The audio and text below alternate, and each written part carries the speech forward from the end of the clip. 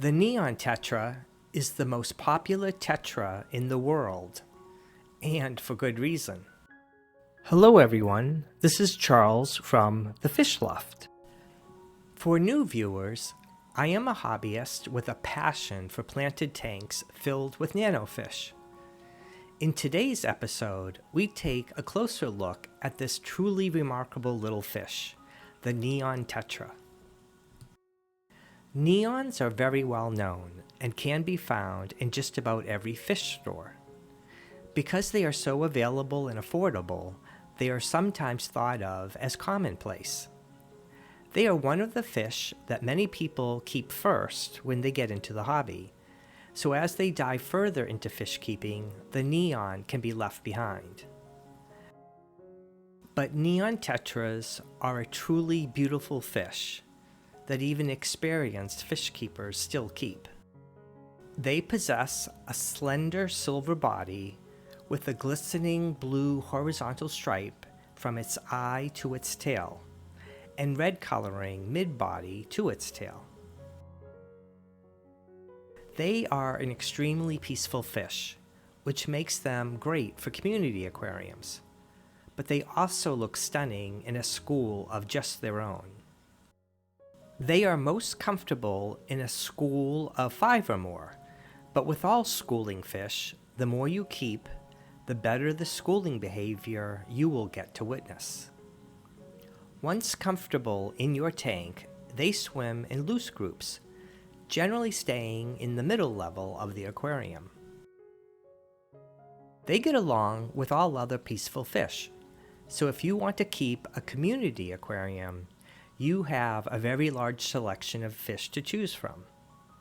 You could keep them with other peaceful tetras, rasboras, danios, pencilfish, or peaceful barbs. They would also do well with a larger centerpiece fish such as a dwarf or honey gourami. For your cleanup crew, you could consider keeping them with corydoras, coolie loaches, or a mono shrimp. I keep my neons in a 20-gallon tank with rummy-nosed tetras, panda corridors, a German blue ram, autocinkless, and a mono shrimp. And they all get along very splendidly. Originating from the slow-moving rivers of the Amazon basin, neons thrive in a well-planted tank with driftwood and some floating plants to block some of the overhead lighting. The plants will provide them a place to hide if they feel threatened, and will make them feel more secure to swim out in the open. Their coloring can be greatly affected by the choice of substrate and background color. The darker the color, the more intense their red and blue hues will be, whereas a lighter color substrate and background can make them appear a little more washed out. You can see that I choose to keep mine on a black substrate with a black background. Though some are still wild-caught, the majority of neon tetras are farm-raised, which makes them a little more adaptable to a wider range of water parameters. Neon tetras prefer a temperature between 72 and 78 degrees Fahrenheit, and a pH from 6 to a max of 7.5 and soft water. My neons have adapted to my water parameters and have been thriving. I keep them at 78 degrees Fahrenheit with a pH of 7.5 and moderately hard water. Like I always say, steady water parameters are one of the most important things for keeping your fish healthy. No nitrates or ammonia wanted. I feed my neons 6 days a week, a mix of flakes, pellets, bug bites, and frozen daphnia and brine shrimp.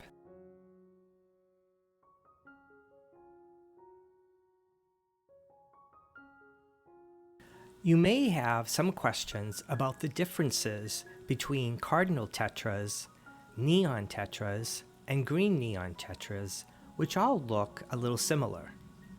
I keep all three and have found them all to be pretty hardy.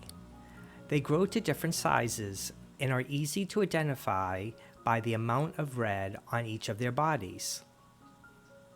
The Cardinal Tetra is the biggest, growing to about 1 3/4 inches. The Cardinal has a full red stripe from its nose to its tail, along with a bright blue stripe. Yep, they are definitely stunning, but they require a 15 to 20 gallon tank. The Neon Tetra grows to about a max of 1 1/2 inches. The Neon has red from the middle of its body to its tail, along with a bright blue stripe. I would suggest a 10 to 15 gallon tank for a small school of them. And the smallest of the three is the green Neon Tetra, which grows to about 1 inch, with a very faint red coloring, along with its bluish to greenish stripe from its eye to its tail. I find them to be a bit shy. You really can't go wrong with any of these three tetras, so just choose the one that is best for your aquarium setup, and I am sure you'll be very happy with them. One last tip when buying neons. Since neons are bred in huge numbers in fish farms, and not all are cared for equally, I tend to buy the jumbo-sized neons, which I have found to be generally healthier and hardier than the younger, smaller neons that are for sale. Although I haven't experienced it, neon disease is real, so make sure you are getting your neons from a reputable source that quarantines them for 2 weeks.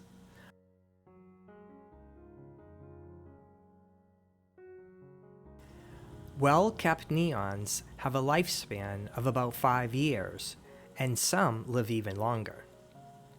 I find Neon Tetras to be the perfect nano fish, and they were one of the first fish that I kept. They are small, colorful, active, peaceful, affordable, and pretty hardy if treated well. Let me know if you keep Neon Tetras and what you think about them. I am a small but growing channel, so if you enjoyed this video, hitting the like button will really help me out. And consider subscribing. If you have the time, check out my growing list of species profiles, including one on the Cardinal Tetra. See you next time from the FishLoft.